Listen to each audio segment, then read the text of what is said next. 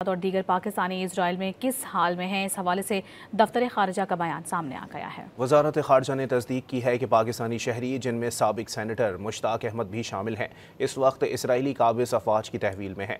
हुकूमत पाकिस्तान अपने शहरियों की महफूज और फौरी वापसी के लिए भरपूर सिफारती कोशिशें कर रही है। यूरोपीय मुल्क के जरिए सिफारती ज़राए से मुश्ताक अहमद की सूरत हाल की तस्दीक की गई है। तर्जुमान का कहना है कि मुश्ताक अहमद महफूज और खैरियत से हैं। मुश्ताक अहमद को इसराइली अदालत में उन्हें पेश किया जाएगा। डिपोर्टेशन ऑर्डर जारी होने के बाद मुश्ताक अहमद की वतन वापसी होगी।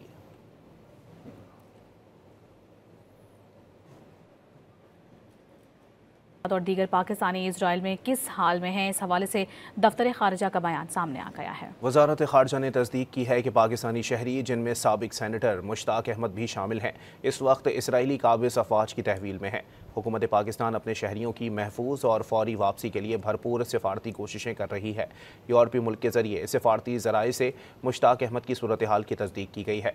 तर्जुमान का कहना है कि मुश्ताक अहमद महफूज और खैरियत से हैं। मुश्ताक अहमद को इसराइली अदालत में उन्हें पेश किया जाएगा। डिपोर्टेशन ऑर्डर जारी होने के बाद मुश्ताक अहमद की वतन वापसी होगी।